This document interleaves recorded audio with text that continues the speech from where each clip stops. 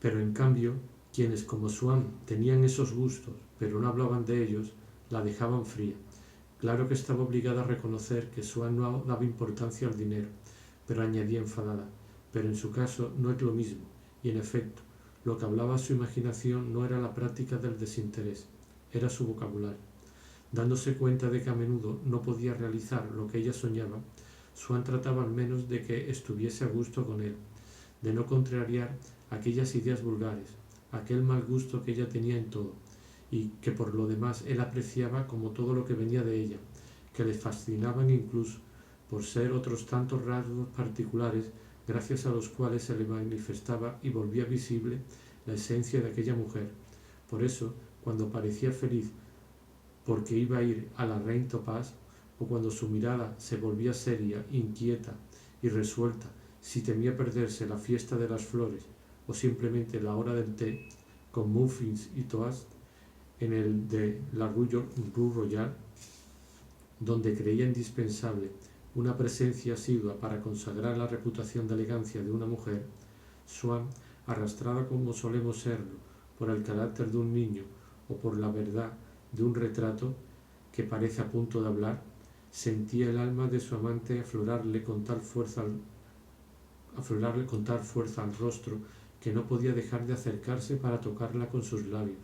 Ah, la pequeña Odette quiere que la llevemos a la fiesta de las flores.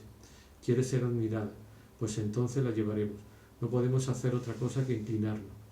Como la vista de Swann era algo débil, hubo de resignarse a usar lentes para trabajar en casa y a adoptar el monóculo, que lo desfiguraba menos, para la vida social. La primera vez que le vio uno en el ojo, Odette no pudo contener su alegría.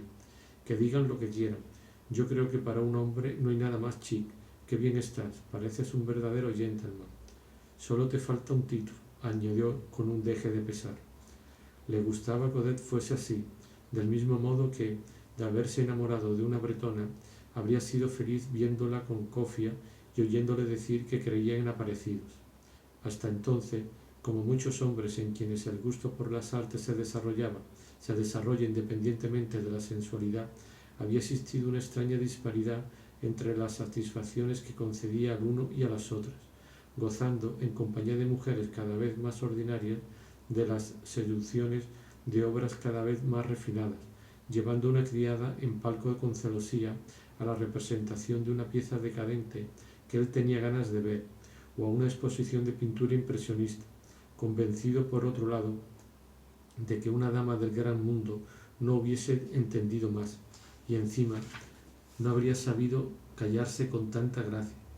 Pero desde que amaba a Odette, en cambio, simpatizar con ella, tratar de tener una sola alma para los dos, le resultaba tan dulce que intentaba gozar de las cosas que ella amaba, y sentía un placer tanto más hondo, no sólo por imitar sus costumbres, sino en adoptar sus opiniones, porque al no tener ninguna raíz en su propia inteligencia, le recordaba exclusivamente su amor, por cuya causa las había preferido. Si volvía a ser Panin, si aprovechaba cualquier ocasión para ir a ver cómo dirigía Olivier Metra, era por la dulzura de ser iniciado en todas las ideas de Odette, de sentirse cómplice de todos sus gustos, aquella magia de acercarse a ella que poseía las obras o los lugares que Odette amaba, le parecía más misteriosa que aquella obra intrínseca a lugares y obras más bellos, pero incapaces de recordársela. Además, como había dejado debilitarse las convicciones intelectuales de su juventud, y como su escepticismo de hombre de mundo había penetrado sin que se diese cuenta hasta ella, creía, o al menos lo había creído tanto tiempo que aún lo proclamaba, que los objetos de nuestro gusto no tienen en sí un valor absoluto, sino que todo es cuestión de época, de clase, que todo consiste en modas, y las más vulgares valen tanto como las que pasan por las más exquisitas. Y si, como la importancia atribuida por Odette al hecho de tener invitaciones para las inauguraciones de pintura no le parecían en sí misma más ridícula más ridícula que el placer que en otro tiempo sintiera él por almorzar con el príncipe de Gales, tampoco creía que la admiración que Odette profesaba por Montecarlo o por el Rigi fuese más irracional que su propia afición por Holanda, que ella se figuraba un país feo, y por Versalles, a quien ella le parecía triste. Por eso se privaba de visitarlos, y encontraba placer diciéndose que lo hacía por ella, y que sólo quería sentir y amar con ella. Como todo lo que rodeaba a Odette, y en cierto sentido para él no era más que el modo de poder verla y hablar con ella, Swann amaba las reuniones de los Verduri.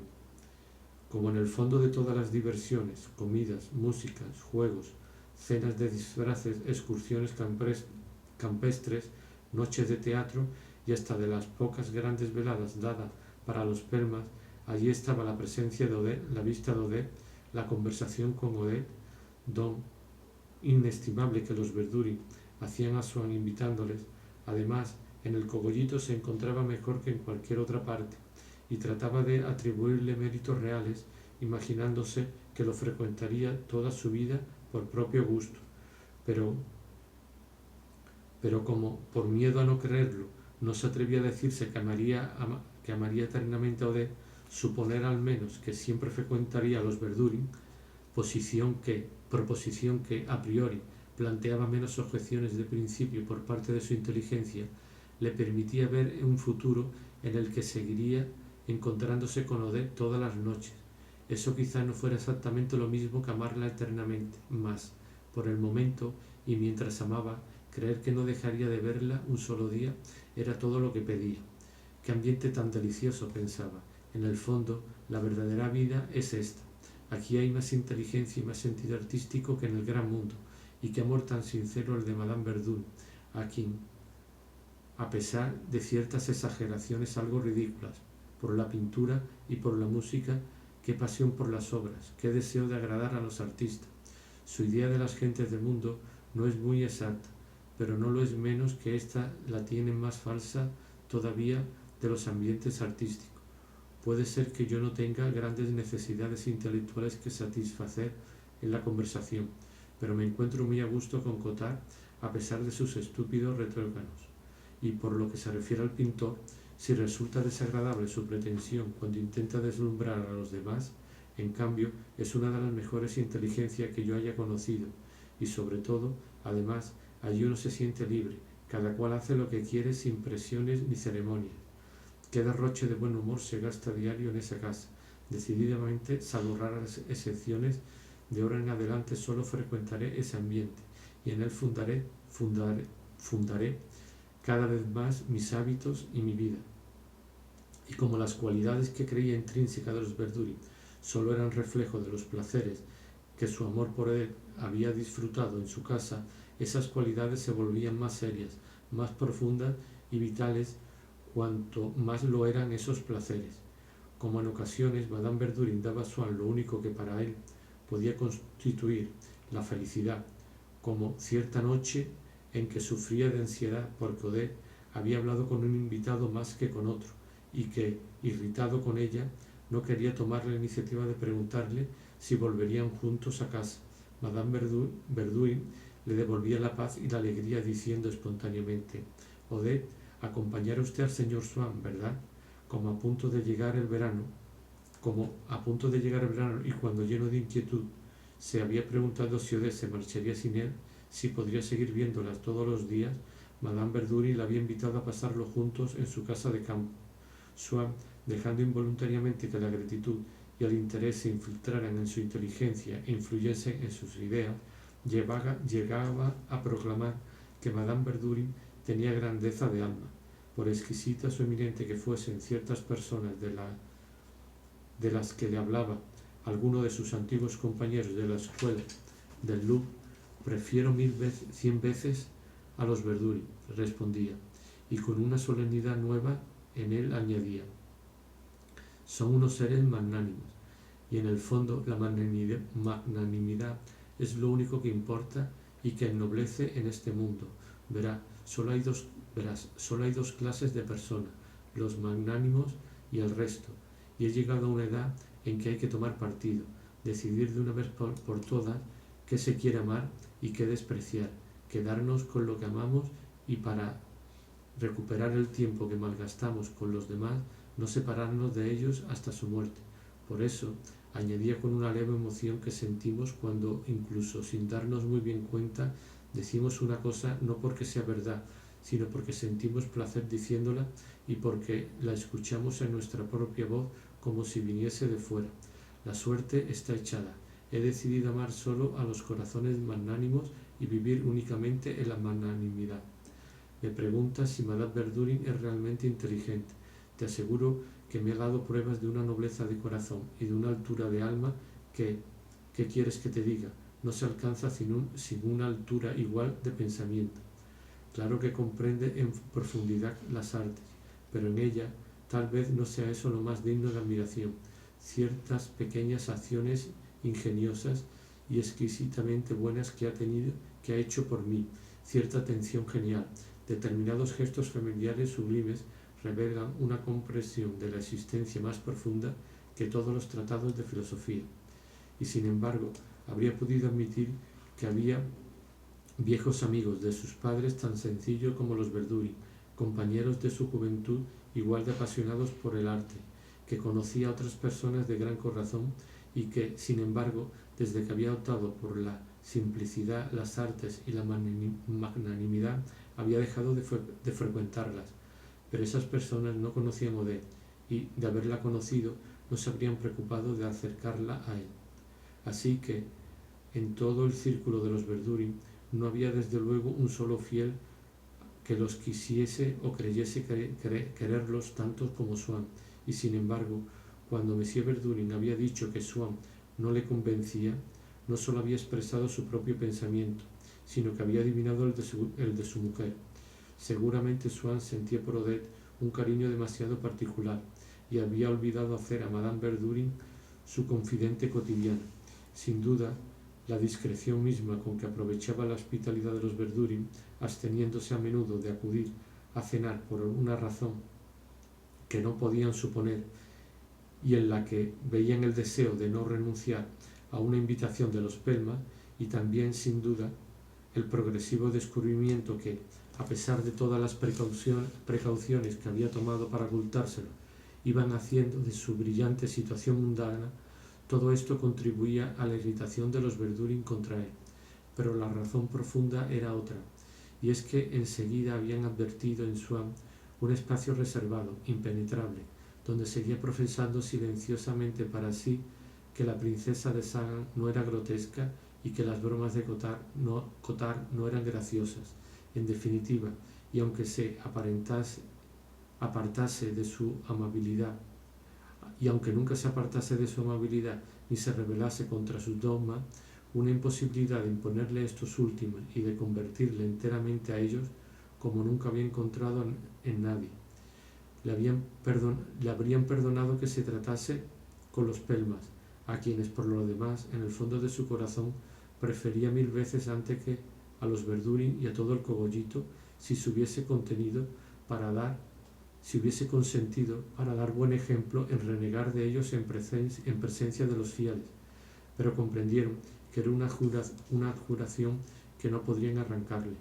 Qué diferencia con un nuevo a quien Odette les había pedido que invitase, aunque solo hubiera hablado con él unas pocas veces, y en quien los Verdurin fundaban muchas esperanzas.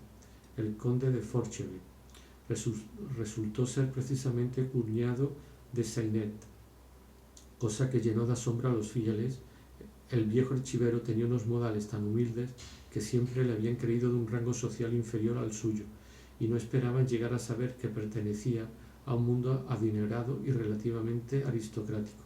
Cierto que Forcheville era groseramente snob, mientras que Swann no lo era. Cierto que distaba mucho de poner como Swann el ambiente de los Verdurin por encima de todos los demás, pero carecía de esa delicadeza de temperamento que impedía a Swann sumarse a las críticas demasiado manifiestamente falsas que Madame Verdurin lanzaba contra personas que él conocía. En cuanto a las parrafadas pretenciosas y vulgares que el pintor soltaba ciertos días, a las bromas de viajante de comercio que aventuraba Cottard, para las que Swann, que apreciaba a ambos, encontraba fácilmente excusas, aunque no tuviese el valor y la hipocresía de aplaudirlas, Forcheville era por el contrario de un nivel intelectual que le permitía quedar atónito y maravillado por las primeras, aunque sin comprenderlas, y deleitarse con las segundas. Y fue precisamente la primera cena en casa de los Verdurin a que asistió Forcheville la que arrojó luz sobre todas estas diferencias, realzó sus cualidades y precipitó la desgracia de Swann.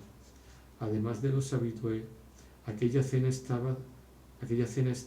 aquella cena estaba un profesor de la Sorbona, Brichot, que había conocido al señor y la señora Verdurin en las aguas y que, si sus funciones universitarias y sus trabajos de erudición no hubieran hecho muy raros sus momentos de libertad, de buena gana habría ido más a menudo a su casa, porque tenía esa curiosidad, esa superstición de la vida que, unida a cierto escepticismo sobre el objeto de sus propios estudios, proporciona a unos cuantos hombres inteligentes en cualquier profesión, médicos que no creen en la medicina, profesores de liceo que no creen en la versión del latín, la reputación de mentes abiertas, brillantes e incluso superiores.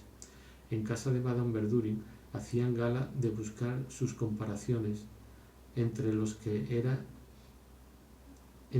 de mayor autoridad cuando hablaban de filosofía y de historia, primero por estar convencido de que ambas no son más que una preparación para la vida y por figurarse que en el pequeño clan encontraba en acto lo que hasta entonces solo habían conocido en los libros, y tal vez también porque, habiéndoselo visto inculcar en el pasado y habiendo conservado sin saberlo el respeto por ciertos temas, creía despojarse del universitario tomándose con ellos unas libertades que, por el contrario, solo le parecían tales porque seguían siendo. Desde el principio de la cena, cuando el señor Forcheville, sentado a la derecha de Madame Verdurin, que, en honor del nuevo, había hecho un gran derroche en su atuendo, le decía: «Qué original esa toilette blanca». El doctor, que no había dejado de observarle por la curiosidad que tenía de saber de qué se trataba, de qué estaba hecho lo que él llamaba un D, y que buscaba una oportunidad para llamar su atención y entrar en contacto más estrecho con él, cogió al vuelo la palabra blanca y sin levantar la nariz del plato dijo: «Blanca, Blanca de Castilla», y luego, sin mover la cabeza, lanzó furtivamente a la derecha y a izquierda miradas inseguras y risueñas, mientras Swann, con el vano y doloroso esfuerzo que hizo por sonreír, atestiguó que el retuerto no le parecía estúpido. Forcheville daba muestras de que apreciaba la agudeza y al mismo tiempo de que sabía comportarse, conteniendo en sus justos límites una hilaridad cuya franqueza conquistó a Madame Verdurin. «¿Qué me dice usted de un sabio así?», le había preguntado a Forcheville. «No hay modo de hablar en serio con él ni 2 minutos». «¿Cuenta usted las mismas cosas en su hospital?», añadió volviéndose hacia el doctor. «Entonces no debe ser tan aburrido ir todos los días. Veo que acabaré pidiendo que me admitan en él». «Me parece haber oído que el doctor hablaba de esa vieja pécora de Blanca de Castilla, si se me permite expresarme así». «¿No es cierto, señora?», preguntó Brichot a Madame Verdurin, que, extasiada y con los ojos cerrados, escondió la cara entre las manos, de donde escaparon unos grititos sofocados. «Por Dios, señora, no quisiera alarmar a las almas respetuosas, si es que las hay en torno de esta mesa sub rosa. Reconozco además que nuestra inefable república ateniense, oh cuánto, podría honrar en esa capeta oscurantista al primero de los prefectos de policía de un puño de hierro». «Cierto, mi querido anfitrión, cierto», prosiguió con su voz bien timbrada, que separaba cada sílaba en respuesta a una objeción de Monsieur Verdurin. «La crónica de Saint-Denis, cuya información es indiscutible, no deja duda alguna a este respecto. No podría elegirse patrona mejor para un proletario en vías de laicización que esa madre de un santo, al que, por cierto, también se la hizo pasar morada, como dice Suger, y el mismo San Bernardo, porque les ajustaba las cuentas a todos». «¿Quién es ese caballero?», preguntó Forcheville a Madame Verdurin. «Parece una eminencia». Pero, ¿no conoce usted al famoso Brichot? Es célebre en toda Europa. Ah, es Brechot, exclamó Forcheville, que no había oído bien. Nada menos, añadió clavando sus ojos desorbitados en el hombre célebre. Siempre es interesante cenar con una persona famosa. Oiga, pero si ustedes nos invitan a cenar con comensales de primera fila, en su casa sí que es imposible aburrirse. Verá, dijo en tono modesto Madame Verdurin, lo que ocurre es que se sienten a gusto, hablan de lo que quieren y la conversación se convierte en fuegos de artificio. Brichot, por ejemplo, esta noche todavía no es nada. Ha de saber que en mi casa le he visto brillantísimo, como para caer de rodillas. Sin embargo, en otras casas ya no es el mismo, le falta el ingenio. Hay que arrancarle las palabras y hasta resulta aburrido. Qué curioso, dijo Forcheville asombrado. Un tipo de ingenio como el de Brichot habría sido tenido por pura estupidez en el ambiente en que Swann había pasado su juventud, aunque sea compatible con una inteligencia verdadera. Y la del profesor, vigorosa y bien nutrida, probablemente hubiera podido suscitar envidia en muchas personas del mundo que a Swann le parecían ingeniosas.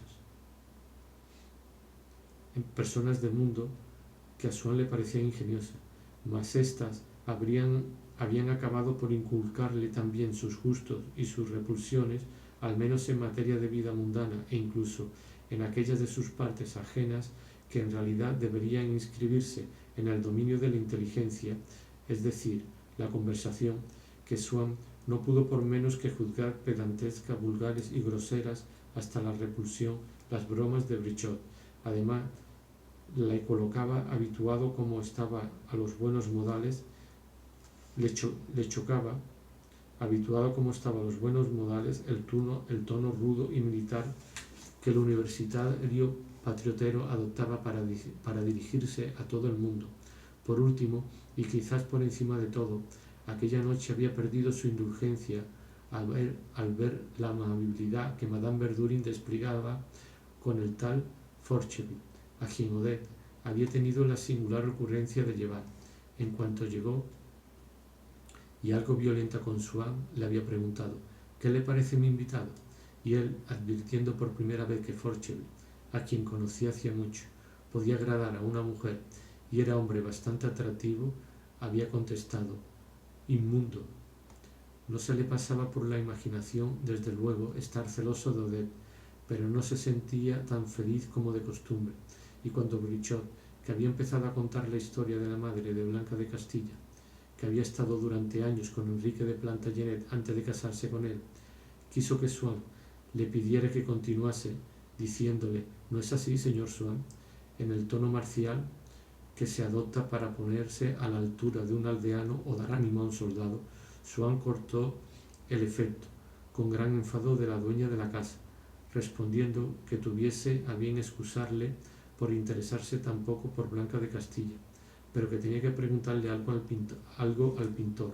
Este, en efecto, había ido esa tarde a visitar la exposición de un artista, amigo de Madame Verdurin, muerto hacía poco, y Swann había querido saber de sus labios, porque apreciaba su gusto, si verdaderamente había en sus últimas obras algo más que el virtuosismo que ya pasmaba en las anteriores. Desde ese punto de vista era extraordinario, pero su obra no parecía un arte, como suele decirse, muy elevado, dijo Swann con una sonrisa. ¿Elevado? A la altura de una institución, le interrumpió Cottard, alzando los brazos con gravedad simulada. Toda la mesa se echó a reír. No se lo había dicho, es imposible estar serio con él, dijo Madame Verdurin a Forcheville. Cuando menos lo espera, sale con una pata de banco. Pero se dio cuenta que Swann era el único que no se había reído. Además, no le divertía mucho que Cottard hiciese reír a su costa delante de Forcheville. Mas el pintor, en vez de dar a Swann una respuesta interesante, como probablemente hubiera hecho de haber estado a solas con él, prefirió ganarse la admiración de los comensales colocando una frase efectista sobre la habilidad del maestro desaparecido. Me acerqué, dijo, para ver cómo lo hacía, y metí la nariz en los cuadros, y nada. Imposible decir si están hechos con cola, con rubíes, con jabón, con bronce, con col o con caca. Más uno, 12, exclamó a destiempo el doctor sin que nadie comprendiese su interrupción.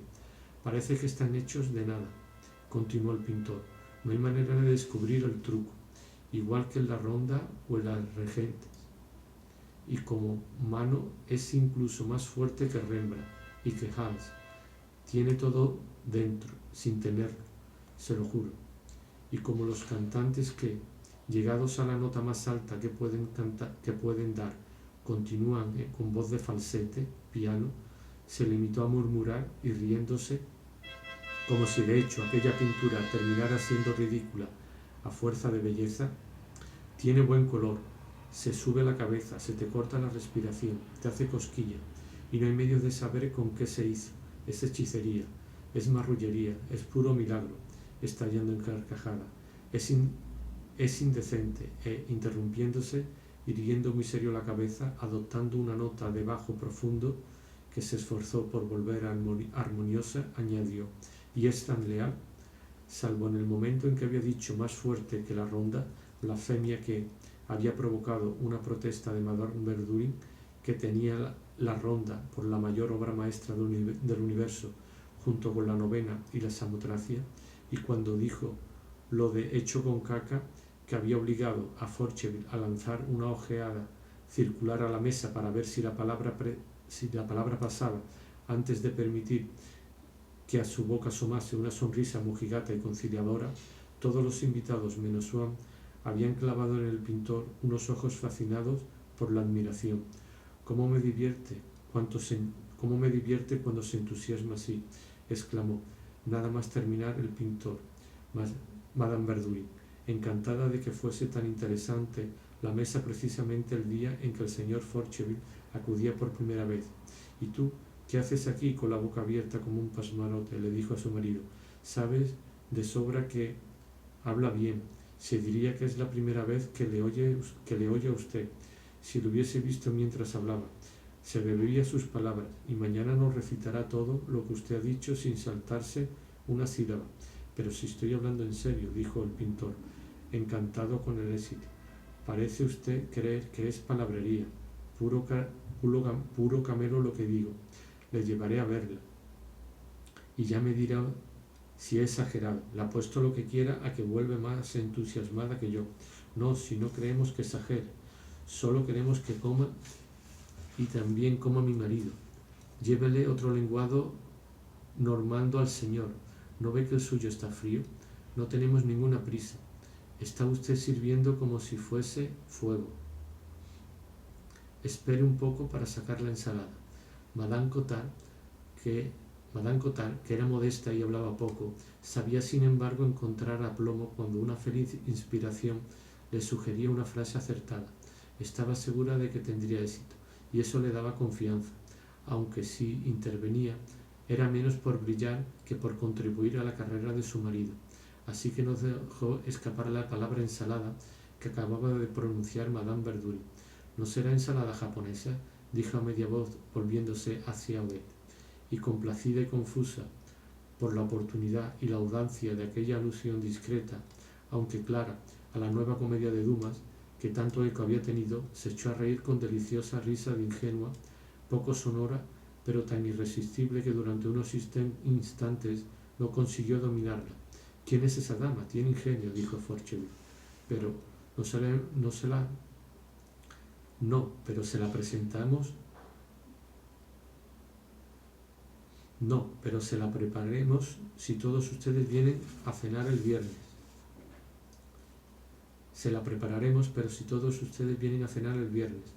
Le voy a parecer muy provinciana, caballero», le dijo Madame Cottard a Swann, «pero aún no he visto esa famosa Francillon, de la que todo el mundo habla.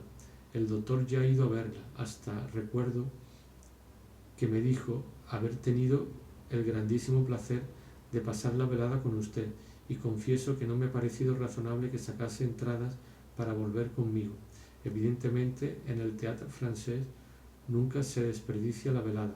Trabajan siempre tan bien, pero como tenemos unos amigos muy amables», Madame Cottard rara vez pronunciaba un nombre propio, limitándose a decir «unos amigos nuestros», «una de mis amigas», por distinción, en un tono falso y con aire de importancia de la persona que solo nombra a quien quiere, que disponen de palcos muy a menudo y tienen la feliz idea de llevarnos a todas las novedades que merece la pena. Estoy segura de que un poco antes o un poco después he de ver Francillon y de poder formarme una opinión.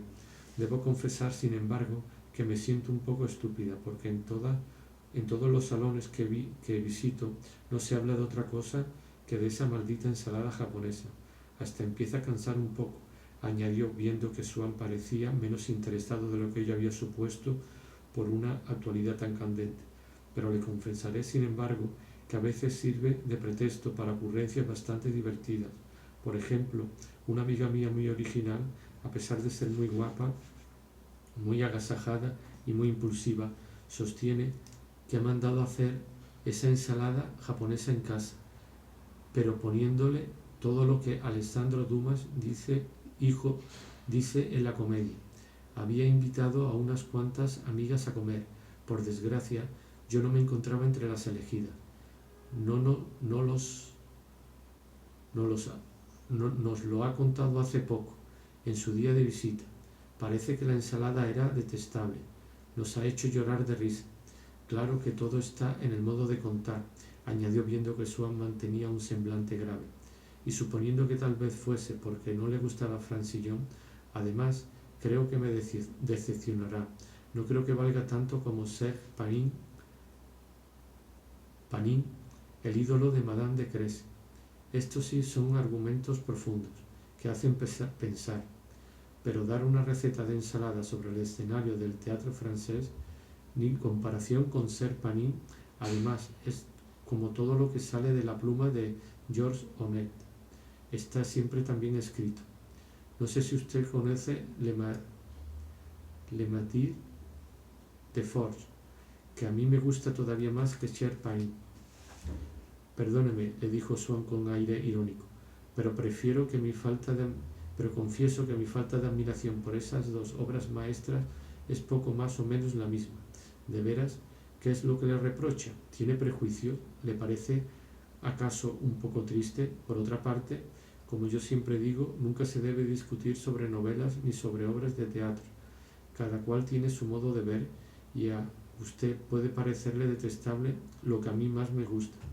Fue interrumpida por Forcheville, que se dirigía a Swann, porque mientras Madame Cottard hablaba de Francillon, Forcheville había expresado a Madame Verdurin su admiración por lo que había denominado el pequeño speech del pintor. «Qué facilidad de palabra y qué memoria tiene el señor», le había dicho a Madame Verdurin cuando el pintor hubo acabado. «He visto pocas parecidas. Demonio, ya las quisiera yo para mí. Sería un predicador excelente. Podría decirse que con él y con el señor Brechot tienen ustedes dos números de mucha fuerza. Y no sé si en labia aquel gana por la mano al profesor. Le sale más natural, es menos rebuscado, aunque en el camino utiliza algunas palabras algo realistas, pero es el gusto del día. Y pocas veces he visto parlotear con tanta destreza como decíamos en mi regimiento, donde sin embargo tenía yo un camarada a quien precisamente el señor me ha recordado un poco. A propósito de cualquier cosa, no sé qué decirle. De este vaso, por ejemplo, era capaz de parlotear durante horas. No, de este vaso no. Lo que digo es estúpido. Pero a propósito de la batalla de Waterloo, de lo que usted quiera. Y de paso, nos soltaba cosas en las que usted nunca se le hubiese ocurrido pensar. Por cierto, Swann debió de conocerle. Estaba en el mismo regimiento. ¿Ve usted con frecuencia al señor Swann?, preguntó Madame Verdurin. No, todo lo contrario, respondió Monsieur de Forcheville. Y como para acercarse con mayor facilidad a Odette deseaba congraciarse con Swann, quiso aprovechar la ocasión para halagarle hablando de sus notables relaciones, pero como hombre de mundo, en un tono de crítica cordial y sin dar la impresión de felicitarle por ello como por un éxito inesperado. ¿No es cierto, Swann? Nunca le veo. Además, ¿qué hacer para verle? Este animal siempre está metido en la casa de los Tremoil, de los Laumes, en casa de toda esa gente. Imputación, por otro lado, completamente falsa, sobre todo porque desde hacía un año Swann apenas frecuentaba otra casa que la de los Verdurin, pero el mero nombre de personas desconocidas para ellos bastaba para provocar un silencio cargado de reprobación. Monsieur Verdurin, temiendo la penosa impresión que esos nombres de pelma, sobre todo soltados así, sin tacto, a la cara de todos los fieles, había debido de producir en su mujer, le lanzó a hurtadilla una mirada llena de inquieta solicitud. Vio entonces que en su resolución de no darse por enterada, de no haber sido rozada siquiera por la noticia que acababa de comunicarle, de permanecer no solo muda, sino de haber sido sorda, igual que nos esforzamos por fingirlo, cuando un amigo indiscreto intenta insinuar en la conversación una excusa que daríamos la impresión de admitir si la oyésemos sin protestar, o cuando en nuestra presencia se pronuncia el nombre prohibido de un ingrato, Madame Verdurin, para que su silencio no hiciese pensar en un consentimiento, sino en el silencio ignorante de las cosas inanimadas, había despojado repentinamente a su rostro de toda vida, de toda motilidad. Su frente abombada se había convertido en un bello estudio de escultura, en alto relieve, donde el nombre de aquellos La Trémobile, en cuya casa Swann siempre estaba metido, no había podido penetrar. Su nariz, levemente arrugada, mostraba una hendidura que parecía calcada sobre la vida. Si hubiese dicho que su boca entreabierta estaba a punto de hablar, ya solo era una cera perdida, una máscara de yeso, una maqueta para un monumento, un busto para el Palacio de la Industria, ante el que el público se detendría seguramente para admitir la habilidad con que el escultor había expresado la imprescriptible dignidad de los Verdurin, enfrentada a la de los La Tremoil y de los Lau, que así se igualaban a todos los pelmas de la tierra, y había llegado a dar una majestad casi papal a la blancura y rigidez de la piedra. Pero el mármol acabó por animarse e hizo oír que se necesitaba tener estómago para ir a casa de gente así, porque la mujer siempre estaba borracha y el marido era tan ignorante que decía cogedor en vez de corredor. Ni por todo el oro del mundo dejaría yo entrar en eso en mi casa, concluyó Madame Verdurin, mirando a Swann con aire imperioso. Indudablemente no esperaba que Swann se sometiese hasta el punto de imitar la santa simplicidad de la tía del pianista, que acababa de exclamar: ¿qué les parece?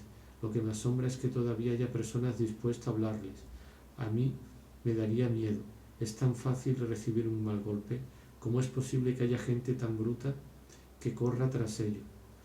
O que no contestase, por lo menos, como Forchel. Bueno, es una duquesa. Hay gentes a la que eso todavía impresiona. Frase que había permitido a Madame Verdurin replicar: que les aproveche. En cambio, Swann se limitó a reír con un gesto que significaba que ni siquiera podían tomar en serio semejante extravagancia. Monsieur Verdurin, que seguía lanzando sobre su mujer miradas furtivas, veía con tristeza y comprendía perfectamente que la dominaba la cólera de un gran inquisidor que no consigue extirpar la herejía, y con ánimo de conseguir de Swann una retractación, porque el coraje de las opiniones propias siempre parece cálculo y cobardía a ojos de aquellos contra quienes se ejerce, Monsieur Verdurin le interpeló: díganos francamente lo que piensa, lo iremos a contárselo. A lo que Swann respondió: pero si no es por miedo a la duquesa, si es